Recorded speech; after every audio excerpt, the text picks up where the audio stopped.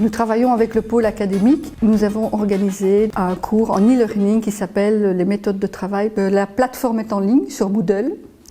Elle est accessible aux étudiants du supérieur et aux étudiants du pôle académique de Bruxelles et de toutes les universités de la région bruxelloise. Le pôle académique s'attarde à regarder en fait tout ce qui concerne l'aide à la réussite et il y avait un constat, c'est que la plupart des étudiants sont face à des problèmes d'ordre méthodologique quand ils démarrent des études supérieures, de niveau supérieur. Et l'institut ici à Uccle avait les compétences en interne par Madame Romer qui a l'habitude de donner des dispositifs à distance. Et donc la formule d'un atelier, un séminaire en méthodologie de l'enseignement supérieur totalement en e-learning, avec l'une ou l'autre séance en présentiel, est née sur cette base-là. Faire des cartes mentales, ce que je n'avais pas reçu comme bagage à l'époque, revoir toute une méthodologie de prise de notes qui était super intéressante, car quand on est dans l'enseignement supérieur, il faut savoir suivre.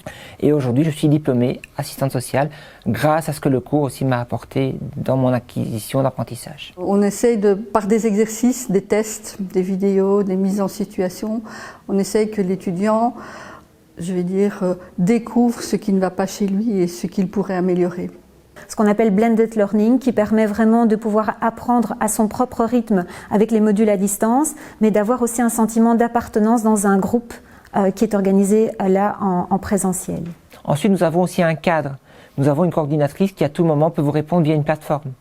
Et ensuite, vous avez le présentiel au cours où tous les petits points qu'on n'aurait pas pu énumérer lors d'une écriture en échange internet, où on peut vraiment assouver le tout. Les méthodes de travail sont abordées avec les exemples des prises de notes. Il y a la recherche documentaire, il y a surtout la gestion du temps qui est vraiment, je dirais, une grande problématique chez les étudiants. La procrastination, qui est aussi un thème important et sur lequel on essaye de les guider vraiment vers quelque chose de plus efficace. Et on termine alors le cours par un portfolio que nous déposons ici au titulaire, sous lequel on sera évalué en fonction de l'évolution des modules, parce que c'est un cours qui est composé de plusieurs modules, et c'est là-dessus que nous arrivons à une note finale par validation des compétences lors de la méthodologie du travail.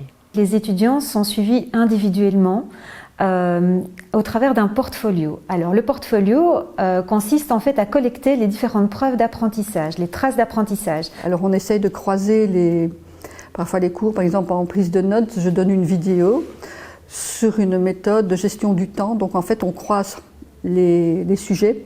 Donc ils font une prise de notes sur la méthode de travail et puis on revient sur la méthode de travail après puisqu'on en a fait la prise de notes. Dans mon parcours personnel à moi, ça m'a beaucoup aidé à évoluer, à acquérir des connaissances, des compétences, et ce qui m'a permis d'aboutir à la fin de mes études. Aujourd'hui, je travaille en tant qu'assistante sociale, et c'est ce cours-là qui m'a permis d'arriver à la fin de mes études.